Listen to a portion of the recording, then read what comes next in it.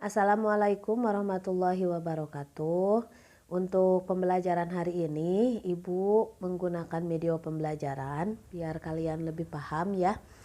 Jadi materinya akan kita lanjutkan mengenai tentang persamaan kuadrat, tapi cara yang ketiga. Jadi judulnya melengkapkan kuadrat sempurna. Nah, di sini Ibu akan memberikan dua contoh cara dengan melengkapkan kuadrat sempurna. Perbedaannya hanya terletak di bagian B. Jadi kalau contoh pertama B-nya bilangan genap, contoh kedua B-nya bilangan ganjil. Misal, carilah akar dari X kuadrat ditambah 6X ditambah 8 sama dengan 0. Nah ini sudah jelas ya. Jadi kalau A itu kan yang dekat dengan angka 1, biasanya disebutnya goib karena tidak terlihat. Kalau yang B itu yang dekat dengan variabel X, yang C itu adalah angka yang tidak ada variabel apapun, jadi dia itu berbentuk angka saja.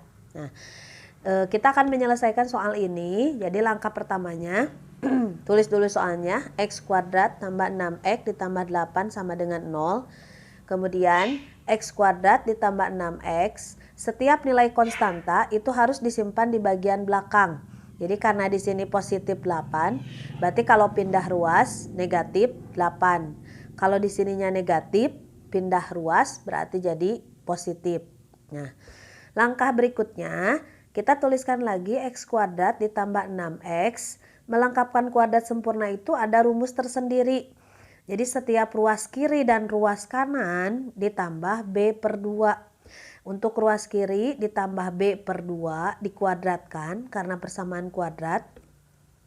Yang ruas kanan pun ditambahkan B per 2 dikuadratkan.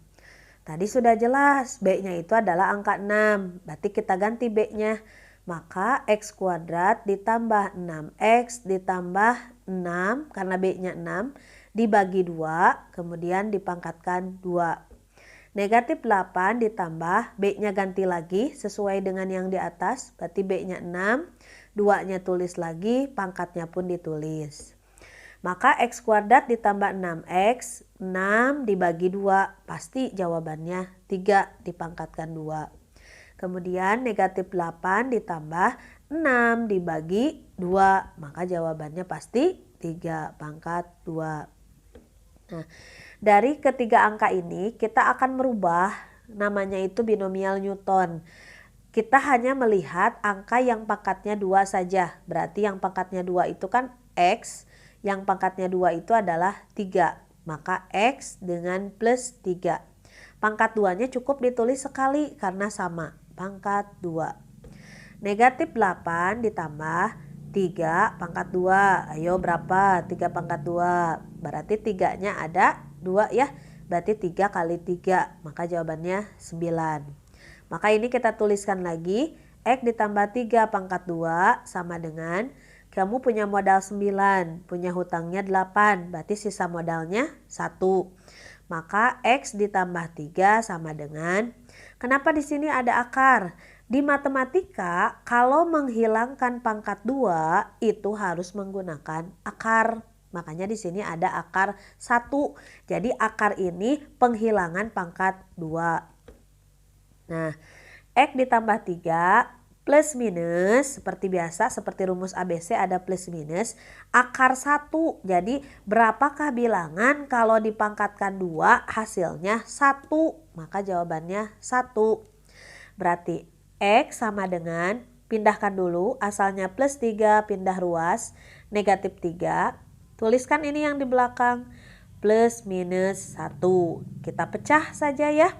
Jadi ada X1, ada X2. X1 negatif 3, untuk yang plus dulu, negatif 3 ditambah 1. X2 sekarang yang minnya, negatif 3 dikurangi 1. Kamu punya hutang 3, punya modalnya 1, berarti sisa hutangnya 2. Punya hutang 3, hutang lagi kamu 1, maka hutangnya 4. Berarti himpunan penyelesaiannya kalau negatif itu kan semakin angkanya gede nilainya semakin kecil. Maka negatif 4, negatif 2. Itu untuk contoh yang pertama.